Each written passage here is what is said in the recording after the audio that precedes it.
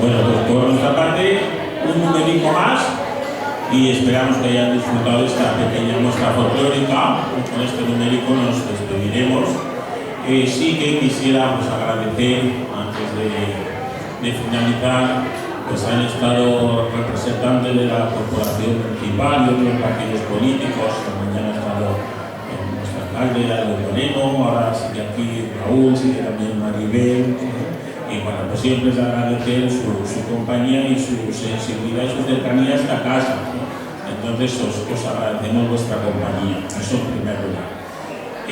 También pues otros representantes, que algunos conozco que tenemos por aquí, pues de Tranagón de Valencia, de otros cachirulos, de Valencia y demás cachirulos, no quiero dejar a ninguno, de Teruel, que veo mucha gente de Teruel también, a todos muchas gracias también por acompañarnos.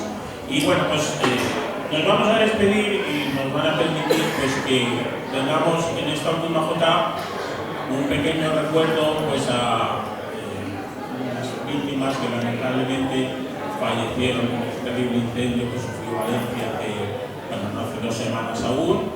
Y bueno, pues un recuerdo para ellos y un pequeño homenaje, un cariño a la gente que se volcó pues ayudar a extinguir ese fuego, todas las fuerzas del Estado, todos los sanitarios y toda la gente que echó un cable. Esta es un pequeño gesto, pero también para ellos ese recuerdo y ese homenaje. Así que nos despediremos con esta jotita.